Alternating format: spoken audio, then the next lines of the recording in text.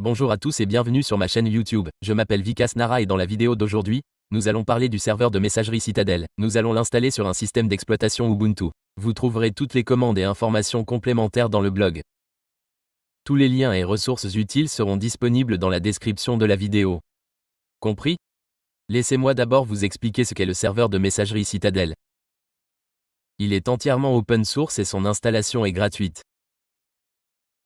Il diffère légèrement des autres serveurs de messagerie. Il offre des fonctionnalités qui ne sont pas disponibles sur d'autres serveurs de messagerie, comme les salons, le chat et les formulaires. Par exemple, il propose une fonctionnalité de formulaire que vous ne trouverez pas sur d'autres serveurs de messagerie. Vous ne trouverez pas non plus de messagerie instantanée sur d'autres serveurs de messagerie. Compris? Je vais maintenant vous montrer une capture d'écran de son interface. Son interface ressemble à ceci. Elle inclut toutes les fonctionnalités. Très bien, regardez ici, vous verrez quelque chose comme ceci. Vous pouvez le configurer dans Outlook en IMAP, SMTP ou POP. Vous pouvez utiliser SMTP pour cela. Nous allons le configurer comme ceci. Je vais ensuite vous montrer comment procéder en envoyant un email de test via SMTP. L'interface comprend également un panneau de messagerie. Je vais également vous montrer comment procéder en envoyant un email de test depuis celui-ci. La première chose dont nous avons besoin est un VPS avec le port 425 ouvert, car les emails ne peuvent être envoyés que lorsque ce port est disponible. Commençons donc par acheter un VPS. Vous trouverez le lien VPS dans la description. Pour acheter un VPS Cantabo, cliquez sur le lien dans la description. Une fois que vous aurez cliqué dessus, une page comme celle-ci s'ouvrira. Que faire ensuite? Cliquez sur VPS et accédez à Cloud VPS. Vous y trouverez différents services. Vous pouvez également héberger Nextcloud, qui utilise l'IA, ici. Il fournit également des serveurs GPU. Que faire ensuite? Choisissez en fonction de vos besoins. Vous obtiendrez un VPS avec plus de RAM au prix le plus bas ici. Pour cette démonstration, je sélectionne cette option. Je choisis maintenant l'offre Starter avec 4 Go de RAM. Après avoir sélectionné cette option, plusieurs options s'afficheront. Si vous souhaitez un forfait mensuel, vous pouvez l'opter. Si vous choisissez un forfait de 6 mois, voici le prix. Ensuite, vous devez sélectionner la région. Vous pouvez choisir le centre de données de votre choix.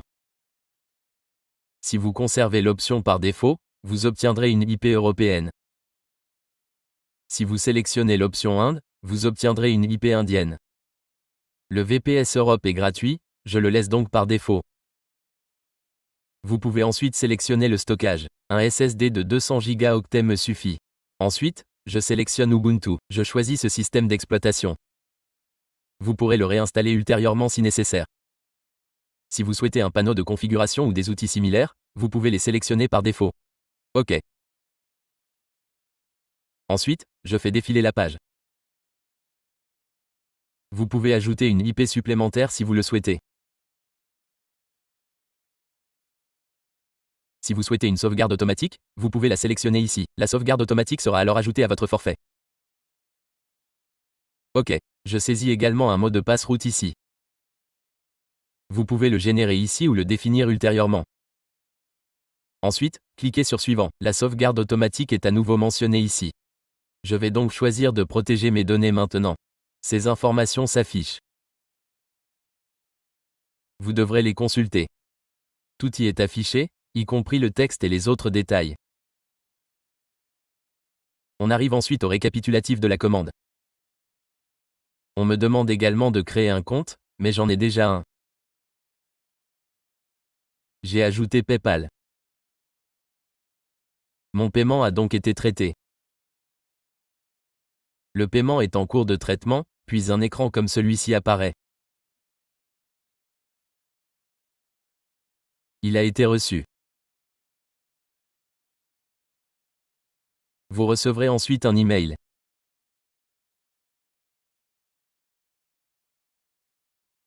Le reçu PayPal confirme le paiement en euros, ainsi que la confirmation de commande. Cantabo vous enverra bientôt les informations du VPS. J'ai reçu l'email. Regardez ici.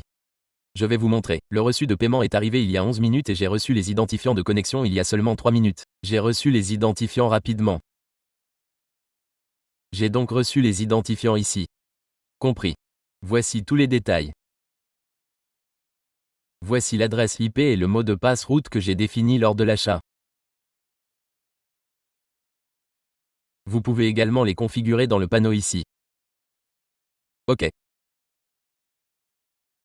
Accédez à la section Contrôle VPS sous VPS. Voici votre VPS. Cliquez sur Gérer pour réinitialiser votre mot de passe route si nécessaire. Compris, voici les informations de votre VPS. Nous les utiliserons pour l'installation. Après l'achat du VPS, regardez ici, voici votre adresse IP. J'utilise Bund220. Le domaine que j'utiliserai dans cette vidéo est celui-ci. Mon domaine est disponible ici. Très bien. Aucun enregistrement n'a encore été ajouté. Voici mon mot de passe route. OK. Commençons maintenant. La première étape consiste à ouvrir Bitvis ou Putty. J'utilise Bitvis dans cette vidéo. Vous pouvez télécharger Bitvis via Google. Copiez votre clé IP. Saisissez ensuite « Route » comme nom d'utilisateur et utilisez le port 22. Cliquez sur « Connexion » et acceptez la connexion. Copiez ensuite ce mot de passe. Collez-le. Cliquez sur « OK ». Ouvrez ensuite votre terminal. Cette étape est terminée. Quelle est la prochaine étape? Allez ici. Saisissez d'abord cette configuration DNS. Mais avant cela, que dois-je faire? Je vais commencer l'installation. Ce processus s'exécutera en arrière-plan de mon côté. J'ai exécuté cette commande. Il s'agit de la commande pour une mise à jour du système. Compris? C'est en cours d'exécution. Quelle est la prochaine étape? Créez cet enregistrement. Saisissez l'adresse IP de votre VPS ici. Saisissez-la d'abord, puis cliquez sur Enregistrer. Je l'ai ajouté ici. OK. Créez un autre enregistrement avec www et saisissez-y également l'adresse IP. Créez ensuite un autre enregistrement. Ajoutez le sous-domaine de messagerie et enregistrez-le. Ajoutez également le sous-domaine avec www. Que dois-je faire? J'ajoute l'adresse IP de messagerie et je clique sur Enregistrer. Quelle est la prochaine étape? Après avoir ajouté ces 4 enregistrements, vous devez ajouter un enregistrement MX. Notre mise à jour est terminée. Je vais donc ajouter un enregistrement ici. Sélectionnez MX. Saisissez le nom, il devrait s'agir de « mail » pour votre nom de domaine. Compris? Je l'ai saisi ici avec une priorité de 10. Je vais l'enregistrer. Quelle est la prochaine étape? Vous devez ajouter un enregistrement SPF. Je vais donc sélectionner « TXT » ici.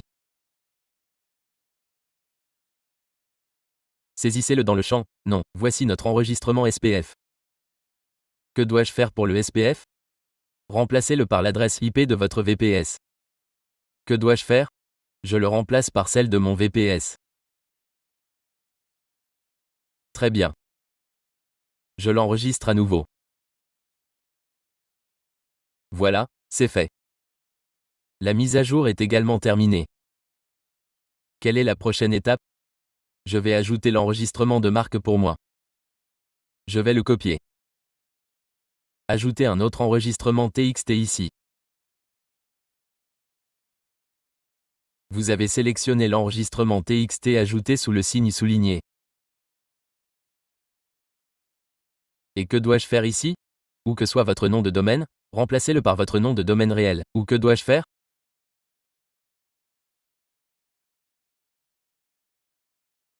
J'ajoute ceci à l'enregistrement de marque. Très bien. Je le remplace par mon nom de domaine ici. Très bien. À la place d'info, j'utiliserai admin. Très bien, j'ai ajouté cet enregistrement de marque également. Enregistrez-le. Compris. L'enregistrement est terminé. Et ensuite, la configuration DNS est terminée. Je m'occuperai de la marque plus tard. Ensuite, je dois définir mon nom d'hôte. Que dois-je faire? Je vais définir le nom d'hôte. Voici mon domaine. Compris. Vous pouvez aussi utiliser mail. Domain. J'ai défini celui-ci. Et ensuite, après avoir défini le nom d'hôte, redémarrez-le une fois. Cela garantit que tout est correct. Sinon, il pourrait utiliser par défaut un nom d'hôte comme Cannabos. Je l'ai redémarré. Le voilà. Je vais accepter à nouveau la connexion. Je vais l'ouvrir. Ensuite, lorsque vous exécuterez la commande de vérification du nom d'hôte, il l'affichera.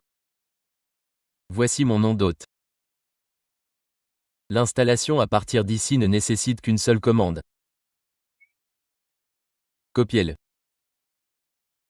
Collez-le ici et appuyez sur Entrée. Tapez-y et appuyez sur Entrée ici.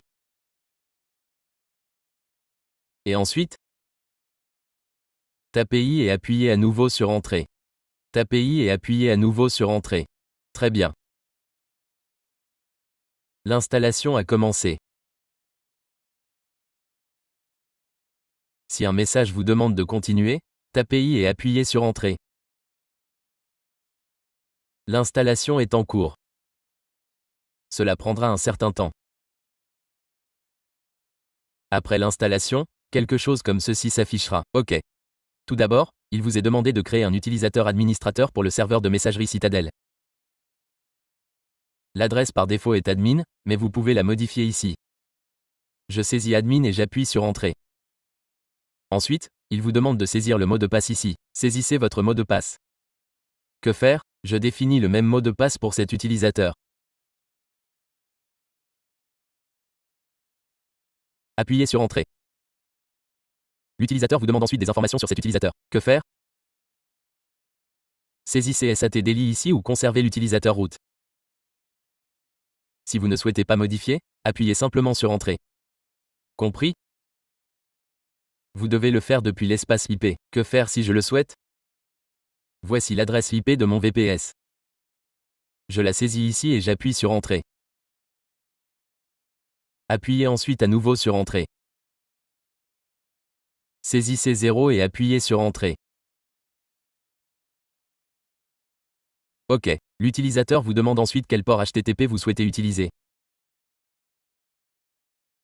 Notre port HTTP est le 8, mais nous utiliserons le 443. Appuyez ensuite sur Entrée.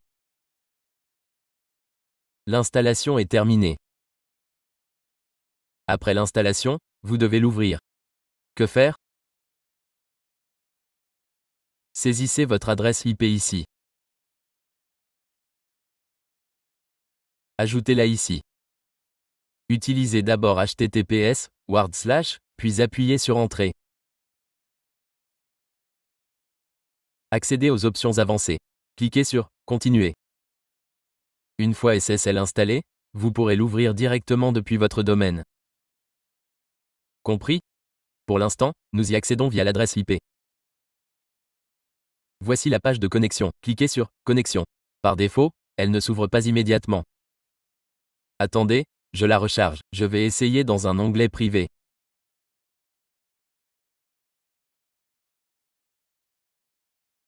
Les cookies sont peut-être à l'origine du problème.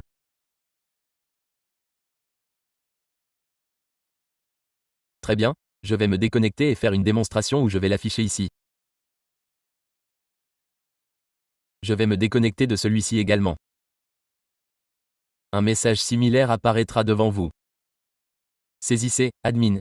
Ici est le mot de passe que vous avez défini précédemment. Vous devez le saisir maintenant. Cliquez ensuite sur « Connexion ». Très bien. Laissez-moi terminer.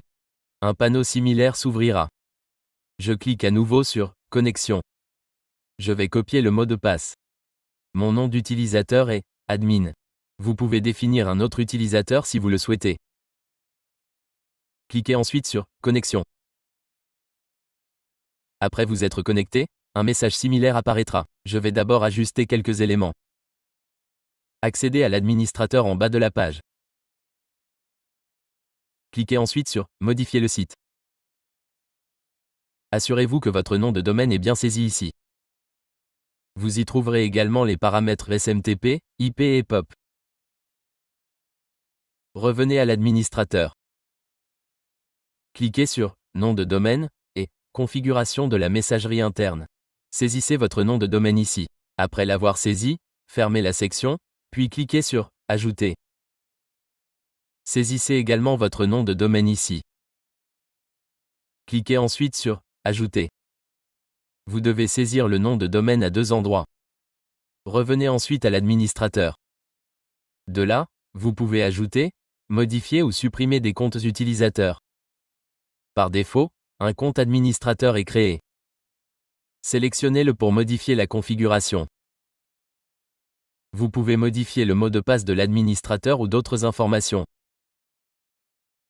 Si vous souhaitez ajouter un nouvel utilisateur, cliquez sur « Annuler ». Je peux créer un utilisateur nommé Vicas ici. Cliquez simplement sur « Créer ». Définissez ensuite le mot de passe de Vicas ici. Définissez ensuite le domaine interne ici. Il s'agira de votre nom d'utilisateur suivi de votre domaine. Définissez ensuite le niveau d'accès, normal, utilisateur, utilisateur réseau ou administrateur. Si vous sélectionnez cette option, le COS deviendra également administrateur et aura accès à toutes ces options. Un utilisateur normal peut envoyer des emails internes, etc. ou simplement des courriers internes. Les administrateurs peuvent également envoyer des emails externes. Compris? Puisque j'ai sélectionné « Utilisateur normal », cela me donne l'autorisation d'envoyer des emails internes. Vous pouvez le décider ici. OK. Vous pouvez également saisir des chiffres et d'autres détails ici, des dates et des informations similaires, comme le dernier jeton. Que faire? Je vais le définir comme administrateur également. Vous pouvez tester toutes ces options. Ensuite, je clique sur « Enregistrer ». Nous avons maintenant 2 utilisateurs. OK. Et maintenant? Que faire de mon DNS? Redémarrez-le une fois ici. Vous devez redémarrer Citadel. Je vais exécuter cette commande ici. Et maintenant, ensuite, vous avez besoin de DKIM. Pour DKIM, cliquez sur « Rune » ici. Après avoir cliqué dessus, une option intitulée « Aide » apparaîtra. Je vais la recharger un peu. Je dois ouvrir « Aide ». OK.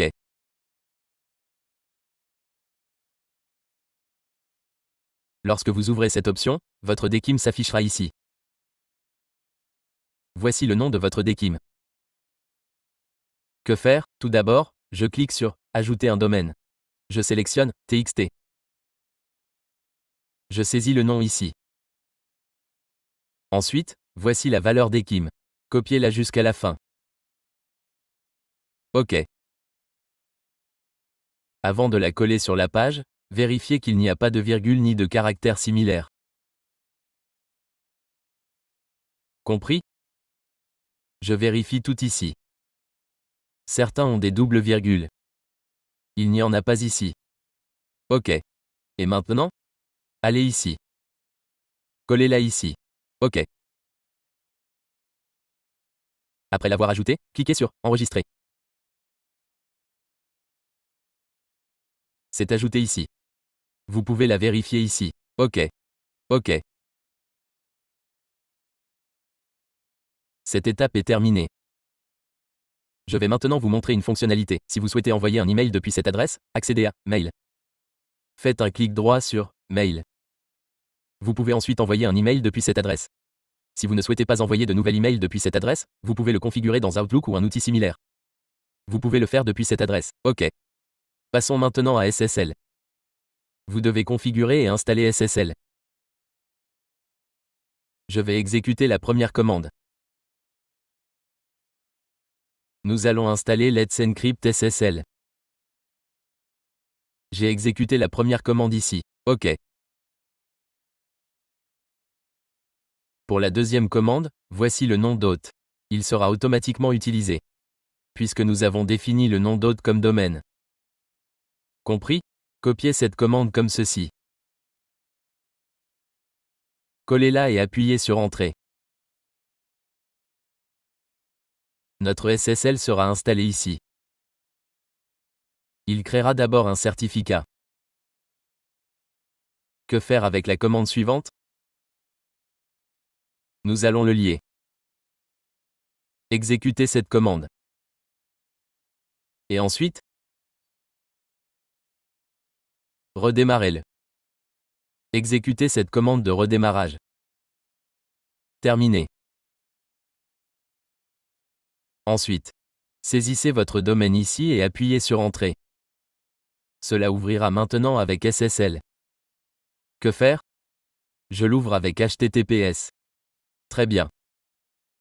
Lorsque vous l'ouvrez avec HTTPS, regardez ici. Mon SSL est installé. Je saisis admin et le mot de passe. Puis cliquez sur Connexion. C'est fait. Compris.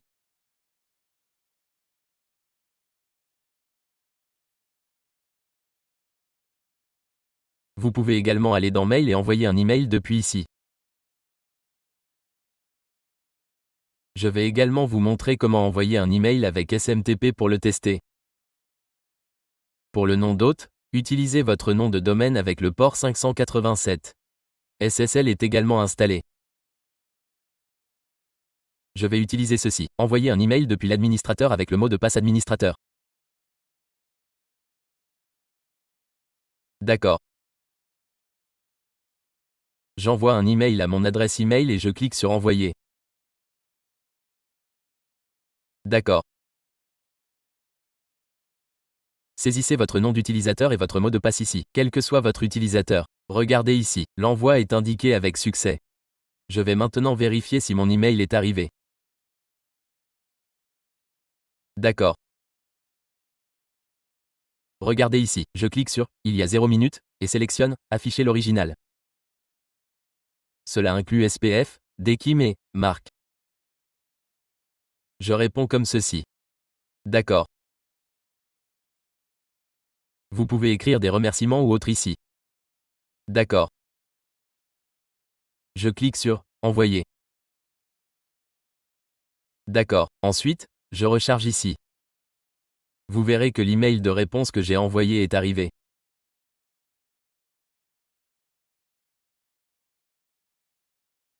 Le voici. D'accord. Vous pouvez également envoyer un email. De là, je clique sur « Écrire un email » ici. Pour 2, je saisis n'importe quoi sur endmail.com et j'ajoute un objet. J'écris n'importe quoi ici. Si vous cliquez sur « Envoyer un message » ici, votre email arrivera. OK, regardez, votre email est arrivé. Cliquez sur « Afficher l'original » ici. Vous verrez alors toutes ces informations. OK. Il y a aussi d'autres fonctionnalités ici. Il y a aussi une fonction de chat. Vous pouvez les explorer selon vos besoins. Si vous souhaitez configurer un DNS inversé sur Contabo, que devez-vous faire? Accéder à la gestion du DNS inversé. Je l'ai déjà configuré ici. Saisissez votre nom de domaine à côté de votre IP ici. Bon, vérifions aussi le testeur d'email. Je vais visiter le site du testeur d'email ici. Copiez votre email et collez-le ici. Cliquez ensuite sur « Envoyer ». OK, vous pouvez également tester avec celui-ci. Vous pouvez également envoyer un email depuis celui-ci, mais je l'ai envoyé via SMTP. Ici, le score est de 9,5. C'est parce que mon IP est sur liste noire ici. Sinon, regardez, tous les contrôles sont corrects. Toutes les coches vertes sont présentes. J'ai obtenu un score de 9,5 ici. Voilà pour la procédure. Vous pouvez le vérifier ici. Si vous souhaitez acheter un VPS, utilisez ces liens. Si vous avez besoin d'aide, vous pouvez m'envoyer un message sur WhatsApp. C'est tout pour cette vidéo. Dans la prochaine vidéo, Nous aborderons plus en détail les serveurs de messagerie. Merci de votre attention.